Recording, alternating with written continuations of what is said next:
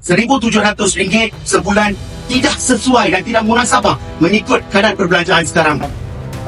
Pembekuan bagi permohonan kuota pekerja asing itu dilanjutkan. Lalu keputusan tidak akan membuka kuota baru untuk sementara waktu. Malaysia kini menghadapi dilema serius setelah menangguhkan masuknya tenaga kerja Indonesia atau TKI demi memberikan prioritas pekerjaan kepada warga lokal, meskipun banyak dari mereka enggan mengambil pekerjaan bergaji rendah yang biasanya diisi oleh TKI. Kebijakan ini, meski berniat melindungi tenaga kerja lokal, justru mengancam kelangsungan sektor-sektor vital seperti konstruksi, perkebunan, dan jasa rumah tangga yang sangat bergantung pada pekerja migran. Jika ketergantungan ini tidak diimbangi dengan perubahan struktural dan peningkatan insentif bagi pekerja lokal, maka risiko perlambatan ekonomi bahkan potensi kehancuran sektor tertentu bisa menjadi kenyataan. Pembekuan permohonan kuota yang telah kita kenakan pada Mac tahun lepas, itu dipersetujui untuk ianya dilanjutkan. Maknanya pembekuan bagi permohonan kuota pekerja asing itu dilanjutkan. Kabinet setuju pada hari ini. Kenapa? Kerana jumlah kuota yang telah diluluskan ditambah dengan program rekalibrasi yang didaftar. Apabila kita proses yang ini, kita mampu memenuhi keperluan tenaga kerja pekerja asing. Jadi polisi untuk membekukan permohonan kuota kita teruskan.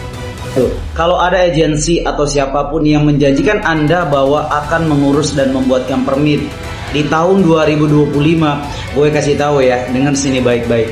Tidak ada permohonan permit di tahun 2025.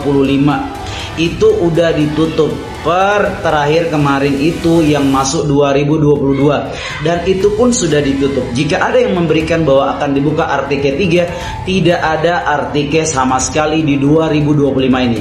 RM1,700 sebulan tidak sesuai dan tidak munasabah mengikut kadar perbelanjaan sekarang. Parti Sosialis Malaysia amat tidak puas hati, terutamanya pengumuman gaji minima, peningkatan gaji minima hanya RM200. Salam Perjuangan, adakah anda tonton bajet 2025 yang dibentangkan oleh Perdana Menteri Malaysia pada hari ini?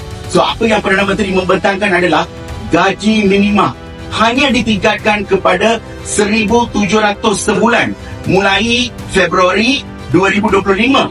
So, kami Parti Sosialis Malaysia amat tidak puas hati dengan pembentangan pengumuman bajet, terutamanya pengumuman gaji minima, peningkatan gaji minima hanya RM200.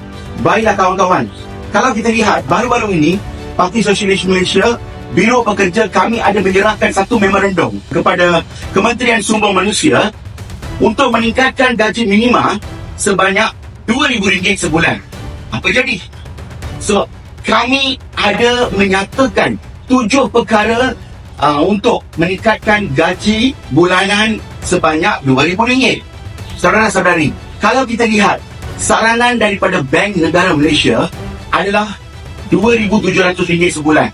So, gaji minima harus ditingkatkan kepada RM2,700. Tetapi, gaji minima yang kami sarankan kepada kerajaan RM2,000 hanya masih kurang daripada amount yang disarankan oleh Bank Negara Malaysia. Jika kita lihat, gaji minima mengikut formula pengiraan kerajaan itu sendiri menunjukkan angka lebih daripada RM2,000. Apa jadi? Saudara-saudari sekalian, kalau kita lihat apa yang diumumkan oleh Perdana Menteri hari ini, iaitu RM1,700, sepatutnya ini adalah gaji minima yang harus diumumkan sebelum 2 tahun sebelum ini.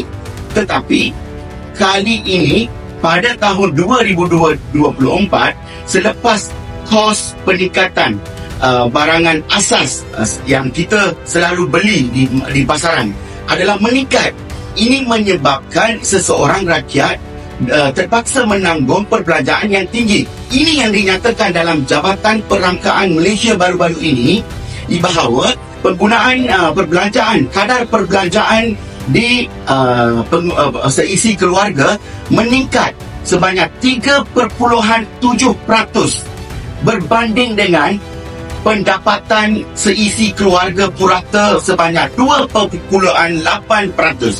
Maka ini jelas menunjukkan bahawa perbelanjaan keluarga amat meningkat.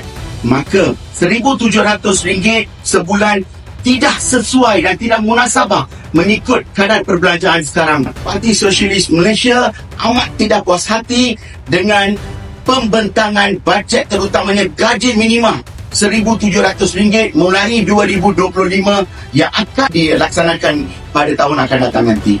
Sementara itu, sebagai anak muda di Pulau Condong yang tidak berhijrah mengakui peluang kerja di Kelantan adalah sukar. Malahan, pendapatan yang diterima juga kecil, iaitu sekitar RM1,200 sebulan. Antara lain apabila ditanya, golongan muda yang temui senada bahawa isu kekurangan peluang kerja adalah perkara utama di Kelantan. Dua pekerjaan di Kelantan ni kebanyakan tak ada. Semakin gaji kalau mula-mula masuk lah kalau RM1,000, RM1,200. Tu tangga gaji lah tu. Gaji tu kira gaji basic lah tu. RM1,200. Amat susah lah nak dapat RM1,500 kalau di Kelantan ni. Sebab anak muda banyak menata di luar daripada Kelantan lah. Supaya di KL, di Penang, di Perak.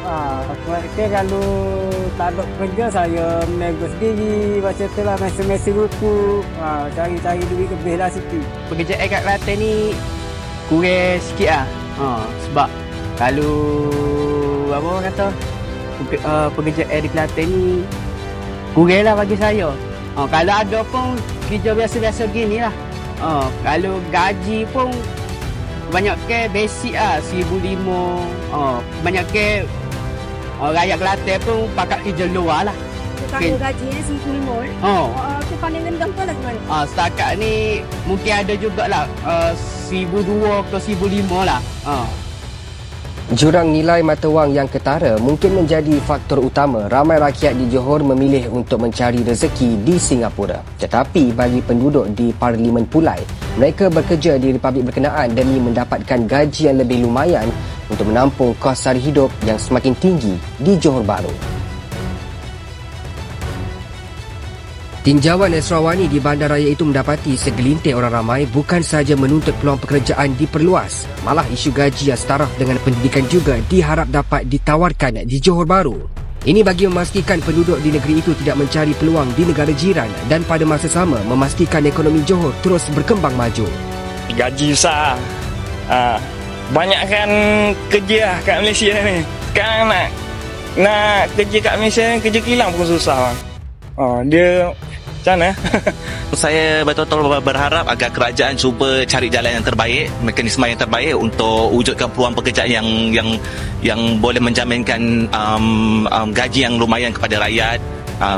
Sebagai contoh, naikkanlah kita punya minimum gaji dan boleh bagi lebih kesedaran kepada rakyat lah untuk pulang ke bekerja di Johor, di Malaysia. Ramai orang kita salah satunya ada education, tapi untuk pekerjaan selevel dengan education tu ada payah sikit. Jadi di Singapura nak kata senang tidak, tapi at least mudahlah untuk diorang dapat. Dari segi gaji pun sama. Kalau tingkat gaji tu nak dibandingkan sini, sana lagi tinggi lah dibandingkan Malaysia kan. Tak nak kata Malaysia ni rendah sangat pun tidak, tapi kos hidup pun kat Malaysia pun tinggi. So banyakkan orang pergi sana, salah satunya gaji lah untuk sara hidup family and keluarga.